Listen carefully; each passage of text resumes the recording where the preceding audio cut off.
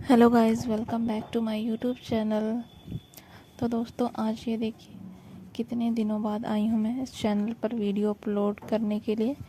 तो दोस्तों, मैं जा रही हूँ अभी वीडियो बनाने। तो आज है हमारा वीडियो क्राफ्ट स्टूडियो क्लीनिंग पर। तो हम इसको सारा क्लीन करेंगे। बहुत दिनों से देखिए कितना ज़्यादा गंदा हो चुका है सब। तो इसको हम क्लीन करते हैं, फिर उसके बाद हम वीडियो बनाएंगे। तो पहले क्लीनिंग का वीडियो हम आपके सामने लेकर आ रहे हैं। तो सबसे पहले हम क्लीन कर लेते हैं। नेक्स्ट वीडियो में हम क्राफ्ट बनाना शुरू करेंगे। तो चलिए क्लीनिंग का प्रोसेस जो है स्टार्ट करते हैं। पूरा एंड तक देखिएगा हमारा स्टूडियो कैसा लगता है आपको, और कमेंट में ज़रूर बताइएगा सारी चीज़ें अच्छी लगी आपको, सारा क्राफ्ट मेरा और मेरा क्राफ्ट स्टूडियो कैसा है, कमेंट में ज़रूर बताइएगा।